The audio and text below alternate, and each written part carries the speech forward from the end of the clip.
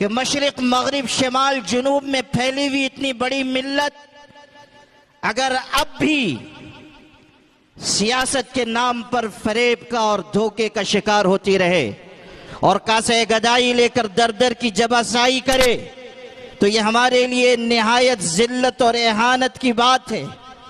वक्त आ गया है कि हम सियासी खुद मुख्तारी का रास्ता इख्तियार करें।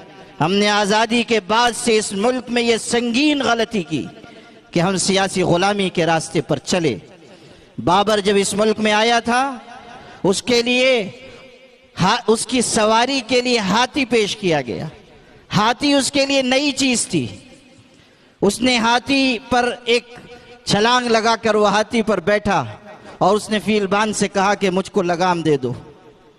फीलबान ने हाथ जोड़े और कहा, हुजूर ये घोड़ा नहीं है, ये हाथी है, इसे मैं ही लेकर चलूंगा। तो वो शख्स, वो ज़हीन शख्स दूसरी छलांग लगाकर हाथी से नीचे उतर आया और उसने ये तारीखी जुमला कहा था कि बाबर उस सवारी पर कभी सवार नहीं होता जिसकी लगाम दूसरे के हाथ में हो।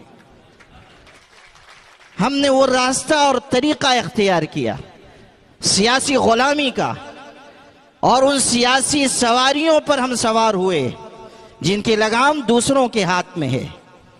अगर मसाइब और मुश्किलात के मरहलों से गुजर कर अब भी हम न जागे और हमने अपनी सफ़ों में इत्तेहाद न पैदा किया, और अब भी हम अगर रंग व नस्ल और ज़ात बिरादरी और मसलक व मशरब के फ़र्क से बाला तर होकर मिल्लत वाहिदा बनने के लिए आमादा और तैयार न हुए, तो समझ लीजिए कि आपके लिए इस मुल्क में इज्जत और सरबुलंदी का कोई फैसला नहीं हो सकता। बातों से, नारों से और जज्बात और उमंगों से किसी कौम की तकदीर नहीं बदलती। कौमों की तकदीर अगर बदलती है तो हुस्न नीयत और हुस्न अमल से बदला करती है, इत्तेहाद से, इत्तेफाक से बदला करती है।